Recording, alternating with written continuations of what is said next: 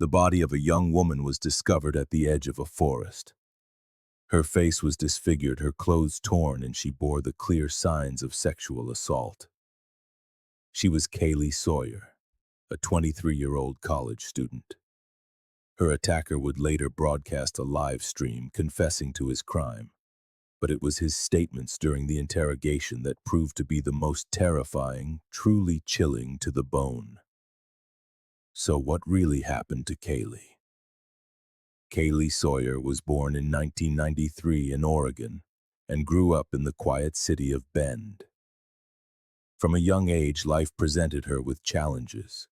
Her parents separated when she was just a little girl, though both went on to start new families.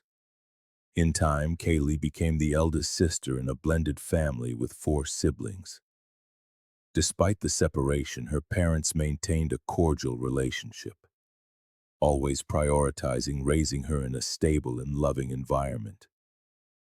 Those who knew her remember a young woman brimming with energy, sociable and creative. She loved being surrounded by people, going to parties, and expressing herself through art. She drew, played instruments, and was always seeking new ways to let her imagination soar. Like many young people, she went through a phase of indecision about her future. Sometimes she dreamed of being a doctor, other times a lawyer, and she was also fascinated by the idea of becoming an artist. When she finished high school, her path was still unclear, so she decided to stay in her hometown of Bend. She began working at a dental clinic, and it was there, almost by accident, that she found her calling. She wanted to become a dental hygienist. This led her to enroll at Central Oregon Community College, right at the local campus, which allowed her to remain close to her family. During her studies, she met Cameron, a young man with whom she soon began a loving relationship. By 2016, at just 23 years old, they were already living together.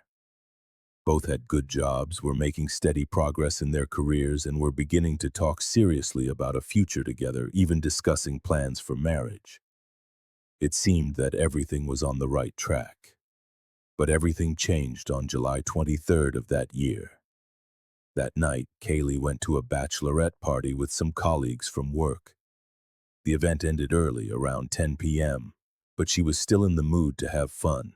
She called her friends from college, and they agreed to meet at a local nightclub to continue the night with laughter and dancing. Kaylee decided to be cautious. Knowing she planned to have a few drinks, she left her car at a friend's house. The plan was clear. Her boyfriend, Cameron, would pick her up later. She explained the situation to him, and he readily agreed. At the club, Kaylee began to enjoy the night. She danced, she laughed, and she drank more than she had planned. At one point, she struck up a conversation with a young man at the bar. He wasn't from Bend. He was just visiting. They talked, flirted a little, and even shared a few dances. One of Cameron's friends happened to be at the same club and soon began sending him messages, describing what he was seeing. Around midnight, Kaylee called Cameron to come pick her up, just as they had arranged. When he arrived, he was already upset by the messages he had received. The moment they met, he began to confront her about what she had allegedly been doing at the club. The argument quickly ignited and continued the entire way home.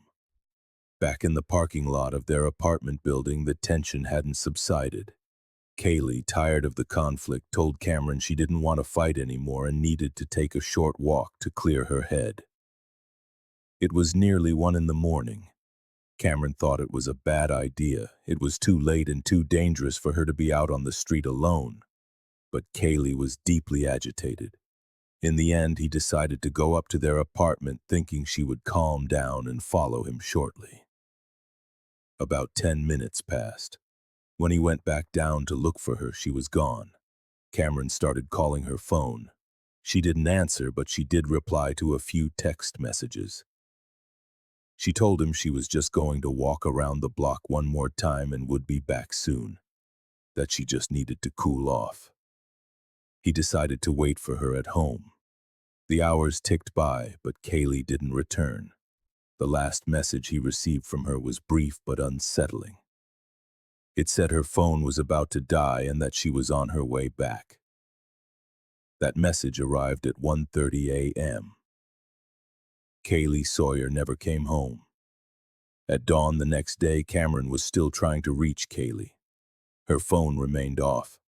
Thinking she might have spent the night at a friend's house, he decided to drive to where she had left her car. In his mind, it was the most logical explanation. Perhaps after their argument, she had chosen to stay there to avoid more tension. But when he arrived, her friends confirmed that Kaylee had never shown up. It was then that unease turned into genuine fear. Cameron called Kaylee's parents. At first, they too thought their daughter might have simply stayed with a friend without letting anyone know. They started making calls to friends, acquaintances, even distant relatives in town. No one knew anything. With each unanswered call, the anxiety grew. Kaylee's parents found Cameron's story strange, not because they suspected him, but because it just didn't fit their daughter's personality. Kaylee wasn't the type to go for a walk alone in the middle of the night, especially not after a night of drinking. However, they also understood that under the influence of alcohol, people can act out of character. With no news, Cameron went to the police and reported her missing. Authorities began by trying to locate the young man Kaylee had been talking to at the nightclub, but they couldn't find him. There were no concrete leads. Her cell phone was still off, and its last known location was near the apartment she shared with Cameron. From there, several possibilities emerged.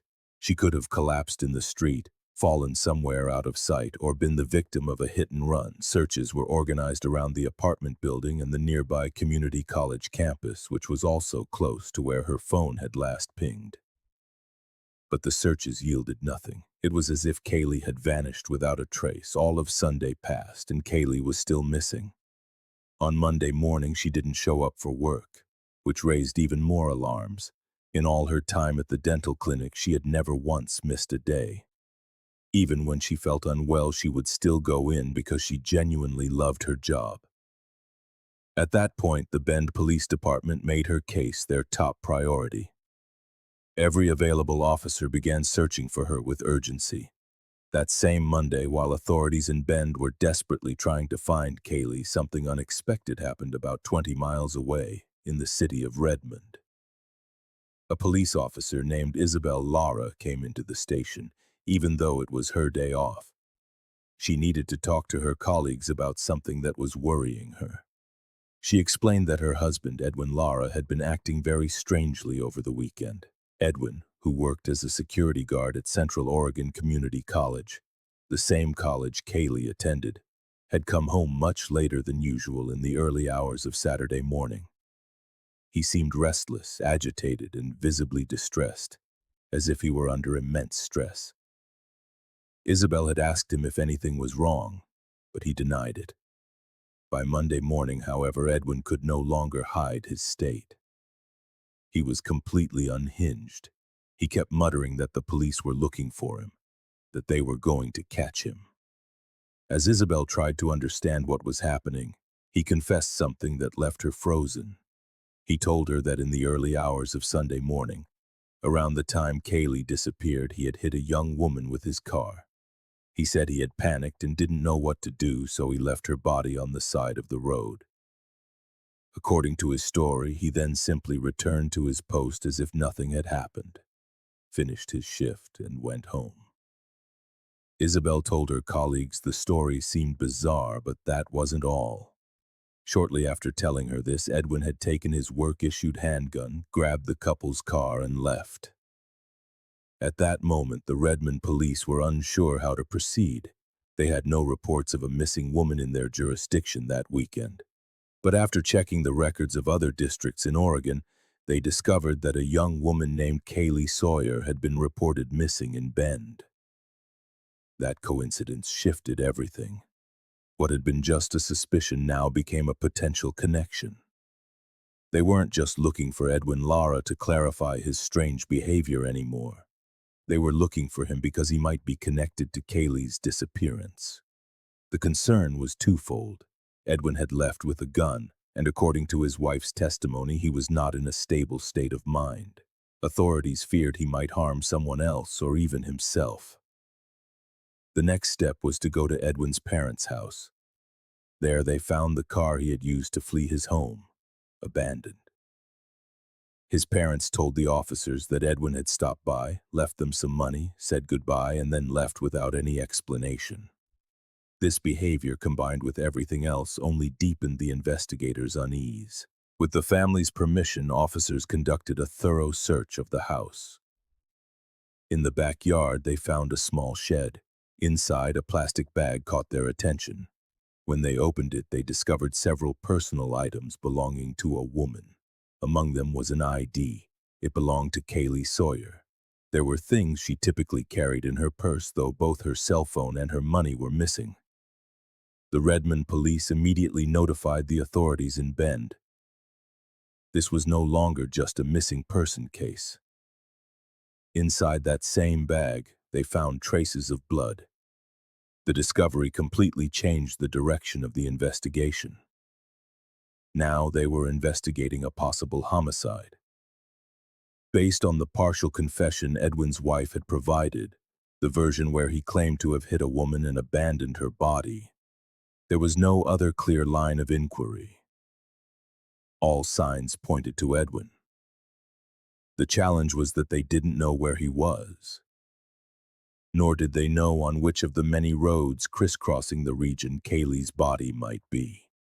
The distance between Kaylee's home and Edwin Lara's was about 20 miles, meaning she could theoretically be anywhere along that route. Police tried to track Edwin's cell phone, and the last registered location was in Salem, another city in Oregon. After that, his phone was turned off, further complicating the search. While authorities were frantically searching for him, Edwin was already on the run. In Salem, a young woman named Andrea Mies had just finished her work shift. As she sat in her car, scrolling through social media on her phone, someone tapped on her window. It was Edwin Lara. He was pointing a gun at her. He ordered her to start driving. As Andrea later recounted, during the drive, he confessed to her that he had killed a woman and was now a fugitive. He told her they were going to drive to California, and that once they arrived, he would let her go. The journey was long and tense. Edwin was clearly on edge. Every time he heard a siren or saw a police car, he became nervous and paranoid, convinced they were following him. Because of this, they had to stop several times at gas stations and restaurants, unable to complete the trip in one day. Around 11:40 p.m., Edwin told Andrea to pull into a motel. Security cameras captured him getting a room, with Andrea trailing behind him. Several people saw them together, but no one suspected that Andrea was being held against her will. Inside the room, the situation worsened. Edwin tried to drug Andrea and made it clear he intended to sexually assault her. Just as he was about to attack, an alarm went off on Andrea's phone. She had set it as a reminder to watch a TV series. But the unexpected sound completely unraveled Edwin. He became aggressive, interrogating her. He demanded to know if she was an undercover cop, if she worked for the FBI, if she had been tracking him. He didn't believe it was a simple alarm. Thinking it might be a patrol car outside the motel, Andrea, with remarkable composure, told him the alarm was a reminder to take her medication. When Edwin asked what medication she took, she gave an answer that stopped him in his tracks. She told him it was for a sexually transmitted disease. That lie, though invented on the spot, is likely what saved her from being raped. From that moment on, Edwin left her alone. For the rest of the night, according to Andrea, he didn't speak to her again. He spent the hours on the phone speaking in Spanish, though she couldn't understand what he was saying. At dawn, they got back into Andrea's car and continued toward California. However, halfway there, the vehicle began to fail. They had to stop at a gas station, and unable to continue in that car, Edwin decided to steal another one. He chose a vehicle parked nearby, unaware that 3 minors were inside, the children of a Canadian couple on vacation in the United States. Upon realizing his mistake, Edwin forced the oldest, a 17-year-old boy, to drive. After a few miles, the teenager managed to convince Edwin to let him and his siblings go.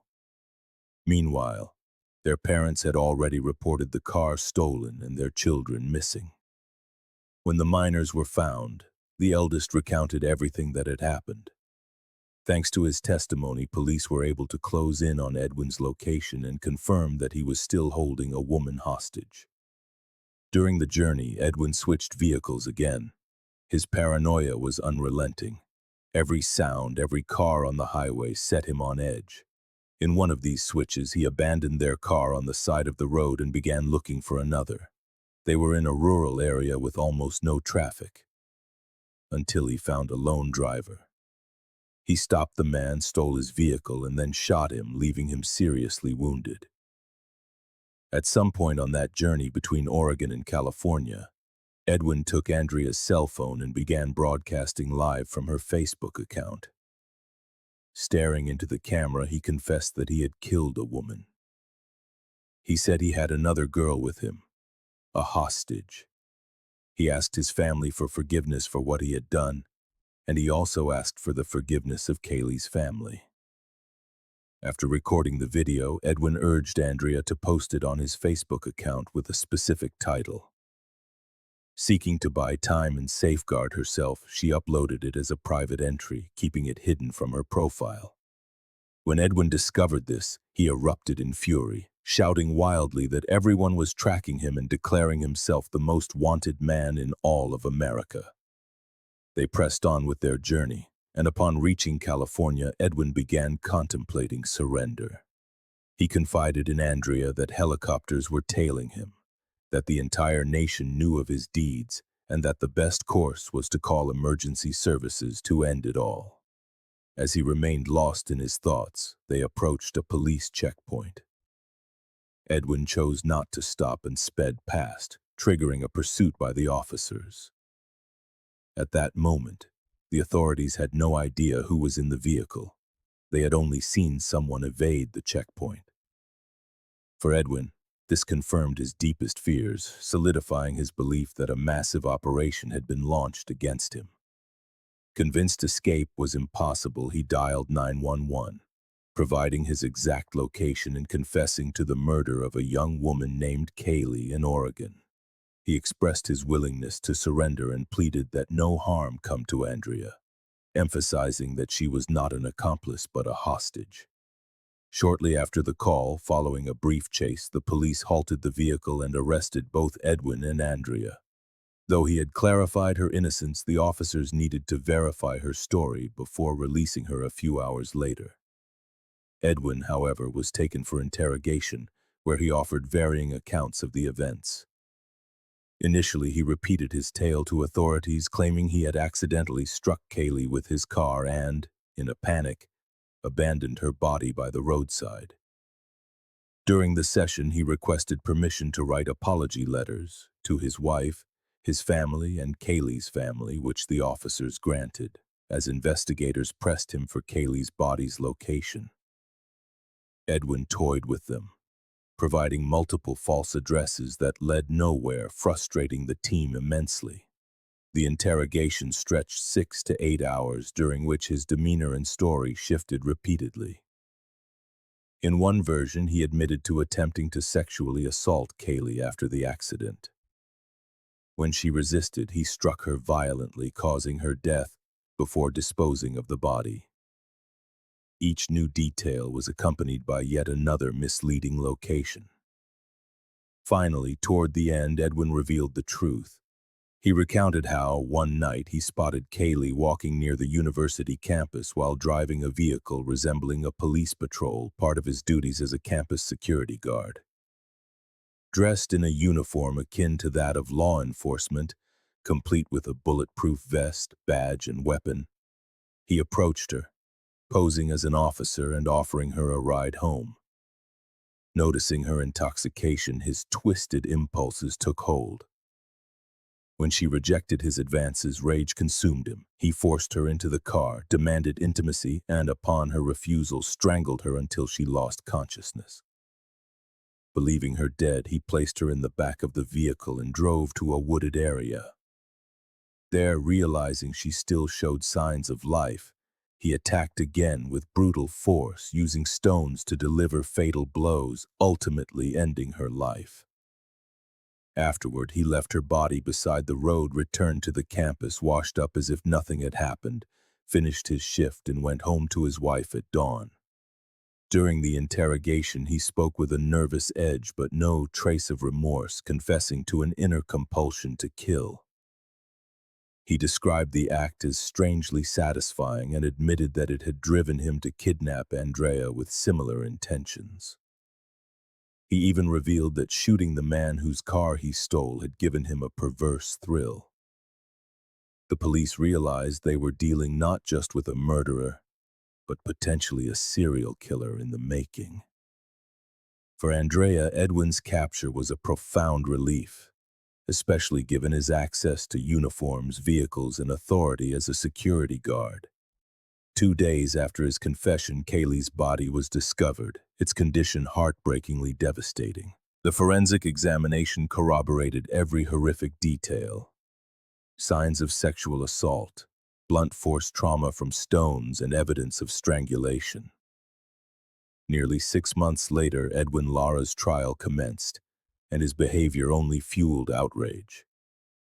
Far from contrite, he seemed to mock the proceedings, even rising to offer a prayer for forgiveness that struck all as insincere and hollow.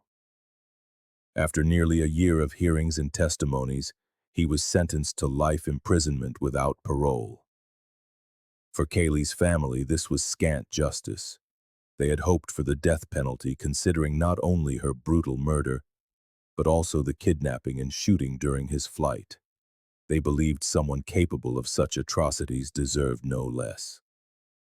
Yet the judge deemed lifelong incarceration a fitting punishment, ensuring Edwin would confront his actions daily behind bars. How do you think Kaylee's family managed to transform their pain into something that could protect others? What would you change in your community to prevent such a tragedy? We value your thoughts. Share them in the comments. Subtitles provided by the Amara.org community.